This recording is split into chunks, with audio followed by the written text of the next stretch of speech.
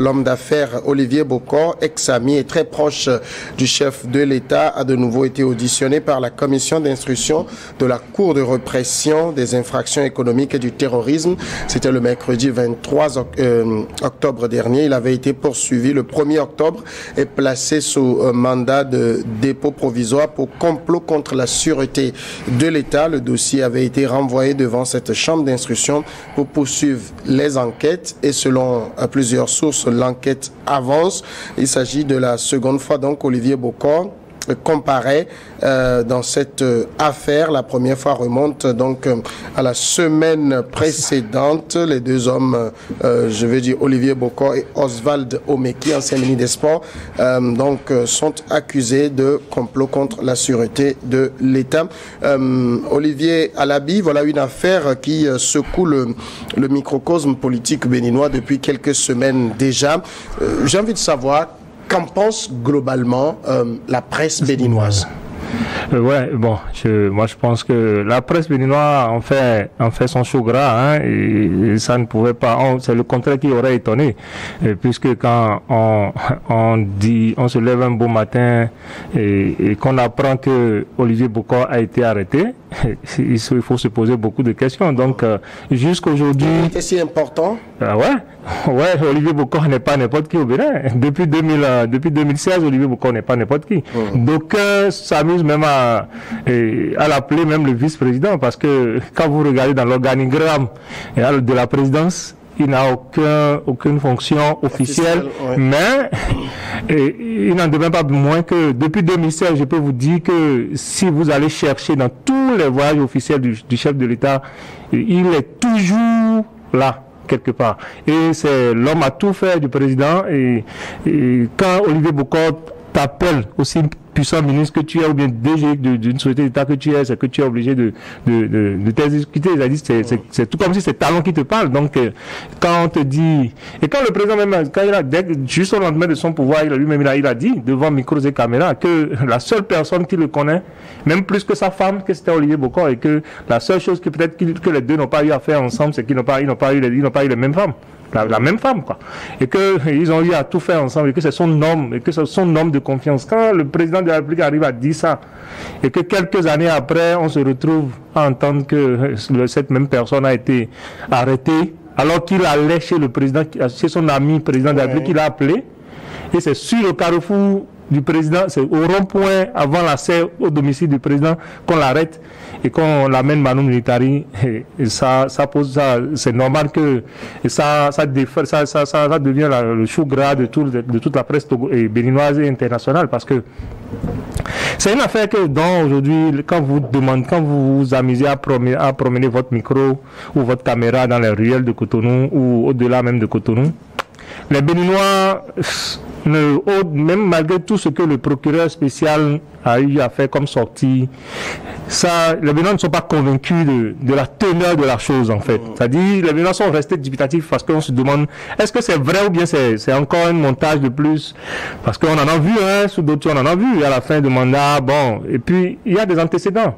Oui. Il y a des antécédents avec l'empoisonnement, et même quand on veut rester même dans le truc là, dans la gestion du talent, on sait comment il s'appelle, non, on sait comment, je ne veux même pas aller dans l'opposition, je veux rester dans le serrage même du président.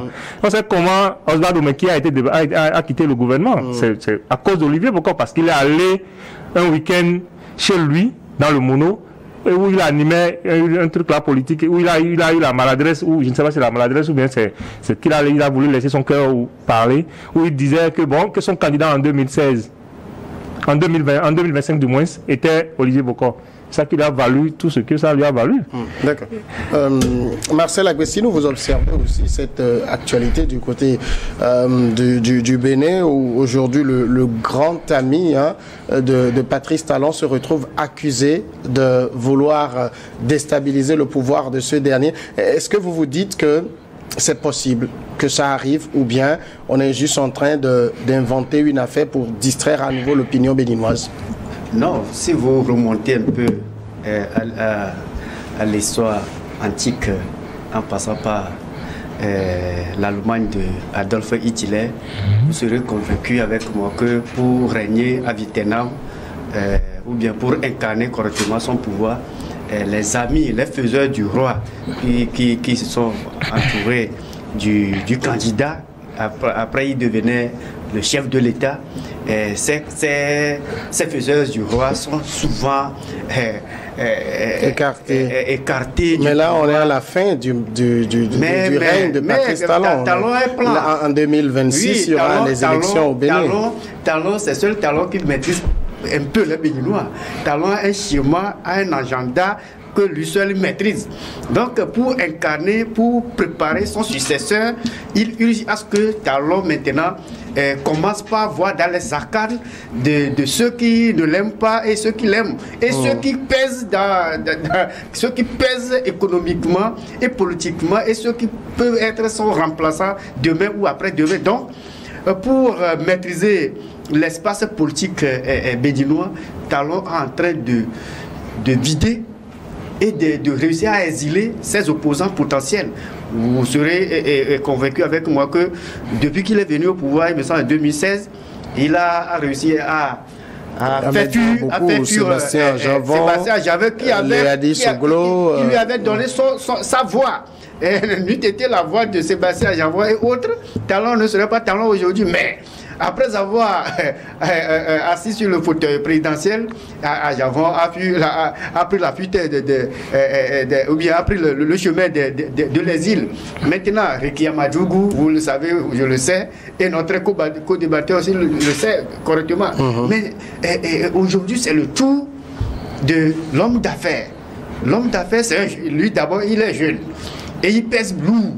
Et c'est eux qui étaient dans les arcanes de Talon lorsque Talon était venu au pouvoir fraîchement. Et c'est eux qui sont son cerveau. C'est eux qui, comme l'a dit tout à l'heure mon aîné, c'est eux qui sont dans le couloir des voyages officiels à l'étranger, que ce soit à Marina, à Cotonou là-bas, je peux dire que c'est Fidrosset. Donc vous savez, Talon, il ne voulait pas quitter le Bénin après son mandat et que le pouvoir tombe dans des mains des amateurs comme eux-mêmes, ils les appellent. Donc, qu'est-ce qu'il faut faire? Il faut maintenant commencer petit à petit, clopin, écouter, envahir la masse avec des informateurs, voilà, des informateurs, des enquêteurs. Les gens disent quoi? Les gens parlent de qui? Après moi, qui va me succéder? Après moi, qui serait candidat? Même si la personne, même il ne déclare pas qu'il serait candidate, mais il faut. Donc, voilà à peu près ce que Talon est en train de faire. Et même l'économie béninoise, les gens pensent que le Bénin est un peu... Le Talon a réussi à mettre à terre l'économie béninoise au détriment de ses propres affaires.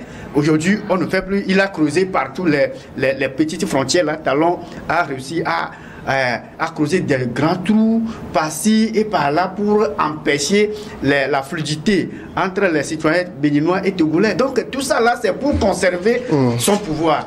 Mais ça n'étonne personne. Les informateurs ou bien les analystes avisés, ils savent bien que Talon, il ne voulait pas ses amis. Et alors, ça veut dire quoi? Il est en train de sécuriser son pouvoir. Il va. Un pouvoir, il lui reste un an. Il va. Ce que moi je vois de loin, il va se faire remplacer par un Béni Oui à qui il va encore dicter sa loi. D'accord. Mais dans le fond, qu'est-ce qu'on sait même du fond de cette affaire? Parce que on parle ici de complot contre la sûreté de l'État. Il y a un mandat d'arrêt même qui est délivré contre le beau-frère d'Olivier Bokor. Il y a un mandat d'arrêt qui a été délivré. Le comptable d'Olivier de Bokor est également placé sous détention. Ancien ministre de la Justice, que nomme Séverin également, qui est sous le coup d'un mandat d'arrêt. Ça avait beaucoup de personnalité. Le fond, qu'est-ce qu'on en sait?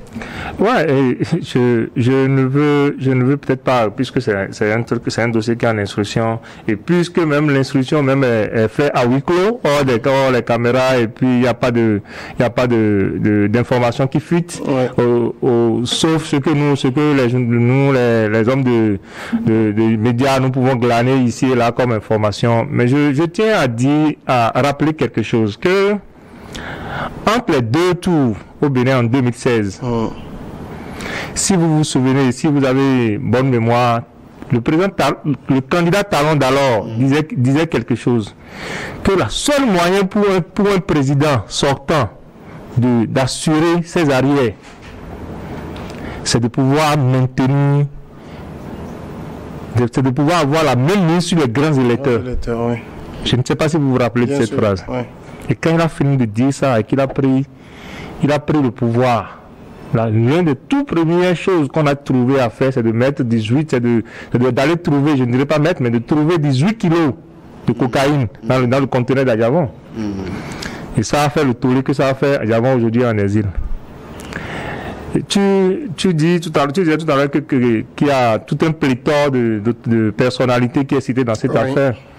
Joannès Dayon, avant l'éclatement de cette affaire, son cousin proche, ami de longue date, son comptable, je ne sais pas si c'était son comptable ou bien son DAF, mais son homme a tout fait, sa tête pensante, parce que je sais que c'est même la cheville ouvrière même du programme du PAG qui a été mise en exécution depuis sa prise de pouvoir. Je veux parler de Joannès Dayon, qui était tout puissant au palais. L'homme a tout fait, la tête pensante de la présidence est parti quelques mois avant l'éclatement de cette affaire. Et il est parti comme il est parti. Je ne veux pas revenir là-dessus. C'est pour vous dire que en fait ça pourrissait déjà. Et on avait même avec Olivier Bokor, les gens, ceux qui avaient les yeux pour voir et qui analysent correctement, savaient déjà que ça n'allait pas entre les deux. Et ça n'allait pas au point où l'autre avait pris de distance. Olivier avait déjà pris de distance parce que il y avait un truc là qui avait vu jour, une organisation qui avait vu jour et qui suscitait la candidature d'Olivier Bokor. OB26. Objectif 2026. D'autres disaient Objectif Bénin 2026. D'autres l'appelaient Bokor 2026. Oui. Et qui n'a pas plu à Talon. Talon l'a dit ouvertement à qui voulait l'entendre, que OB26 qui ne veut plus entendre parler, et ça s'est estompé. Maintenant, si tant est qu'ils veut partir, je suis au soir de mon mandat, et que je veux vraiment laisser le champ libre à la démocratie, on ne peut pas imposer un président au Béninois. Fut-il président de la République sortant. Oui, mais ça aussi, Talon était clair là-dessus, qu'il n'est pas dans ses habitudes de désigner quelqu'un comme successeur. C'est ce qu'on nous dit. Oui, mais c'est ce qu'on dit. Vous avez cité de ses propos ouverts. C'est ce qu'on nous dit aussi. Oui, mais au même moment, il a dit ailleurs au cours d'une autre rencontre à la présidence qu'il n'a pas peur d'après ces 10 ans, oui. Et qu'il ne sera pas obligé d'imposer quelqu'un au Béninois. Tant que c'est ça, qu'est-ce qui empêche à ce qu'on laisse tous les Béninois capables d'aller conquérir le pouvoir, le suffrage universel, d'y aller? On ne peut pas conditionner, par exemple, parce que je suis ton ami que tu vas m'empêcher d'être candidat. Non, je ne suis pas d'accord. Donc, du coup, en fait, moi, en tout cas, de mon point de vue, je reste dubitatif par rapport à cette histoire de coup d'État. Parce que, même aujourd'hui, je vais peut-être vous souffler cela. On a dit, là, vous avez dû voir la voiture qu'on a, la pick-up, non pas pick-up, la Prado, qu'on a montré dans la cour du ministre Oswald Omeki avec les 4 sacs contenant les 1,5 milliard dont on nous a parlé. Mais je peux vous dire qu'Oswald Omeki, au cours d'une de ces interventions, de ces auditions, ne reconnaît pas cette voiture. Donc, comment est-ce que cette voiture qui ne lui appartient pas peut se retrouver dans sa cour alors que lui dormait déjà? Une voiture qui n'était pas dans sa cour quand il allait se coucher. Parce que, d'après les informations, c'est que Oswald Omeki dormait avant que le directeur de la garde présidentielle n'arrive. Et c'est parce qu'il est arrivé qu'on est allé le réveiller. Et le ministre dit qu'il n'a jamais plus de 5 millions chez lui à la maison. Mais d'où est sorti les 1,5 milliard? Aussi, je viens une minute. Aujourd'hui, tout le monde sait au Bénin que tu peux être aussi puissant ministre et faire peut-être les 8 ans avec Talon, mais tu ne peux jamais avoir d'économie 1,5 milliard. Tu peux voler n'importe comment sous Talon, mais tu ne peux pas avoir 1,5 milliard cash chez toi à la maison. C'est pas possible. Ce n'est pas possible. Je mets au défi quiconque. Est-ce que vous croyez, aujourd'hui, ça c'est la question, je la pose aux juristes, dans la justice béninoise pour faire la lumière sur cette affaire, parce que l'affaire est devant la criette, et la criette, je n'ai pas envie de le dire, mais elle est aussi de mémoire, vous savez tout ce qu'on en dit. Vous savez, pour qu'une infraction soit constituée, il faut 3 éléments. Élément légal, l'infraction doit être prévue. Élément moral, c'est-à-dire que psychologiquement l'attitude de la personne qui se coïncide avec l'autre élément matériel.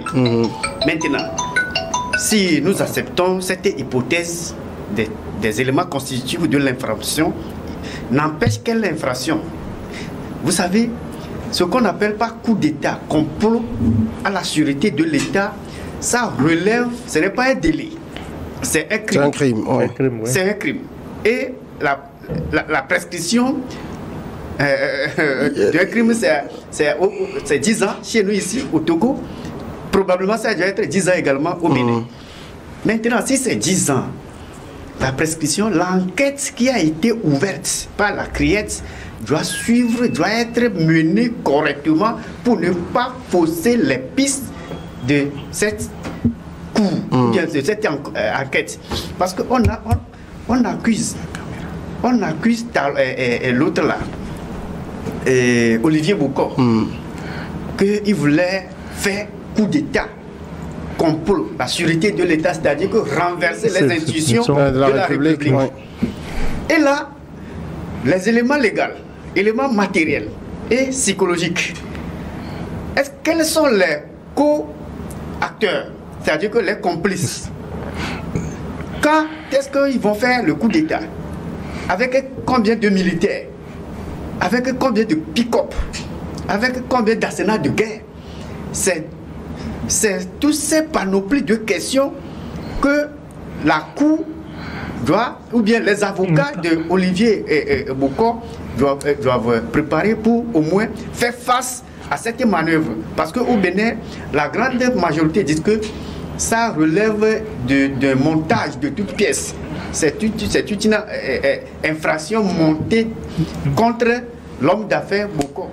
Parce que maintenant, tout à l'heure, mon co-débatteur vient de dire que l'enquête est, l'enquête est à huis clos. L'instruction est à huis clos. Non, ça a été toujours comme ça. Parce que étant donné que c'est une grande infraction, des charges sont lourdes contre la personne, on doit au moins écarter le public maintenant pas à pas. D'abord, le procureur, il doit mener correctement son enquête. Après, on appelle le juge d'instruction, d'abord il va mener l'enquête et maintenant il renvoie l'ordonnance d'envoi. Si les faits sont tangibles, il renvoie l'ordonnance d'envoi au procureur de la République et c'est de là qu'ils vont programmer tout un procès. Mais si Talon sait que tout ce qu'il est en train de faire, c'est juste pour mettre le bâton dans le roue de Olivier Bokor et de l'ancien ministre là, mieux la Cour là n'a qu'à faire tout possible pour acquitter et pour dire non-lieu. Parce que pour étouffer l'affaire depuis l'instruction. Mais continuer et dire que bon, on a le pouvoir aujourd'hui, on sait, le pouvoir saoule. Mais après le pouvoir, vous allez vous retrouver dans la vie courante, dans la vie active. Là, si vous ouvrez trop de fronts contre vos amis d'aujourd'hui et devient vos ennemis, ou bien vos amis d'hier devenir vos amis d'hier, d'aujourd'hui, machin, vice versa, ce serait compliqué pour la cohésion nationale parce que le Bénin n'a pas mérité ce genre de gouvernance.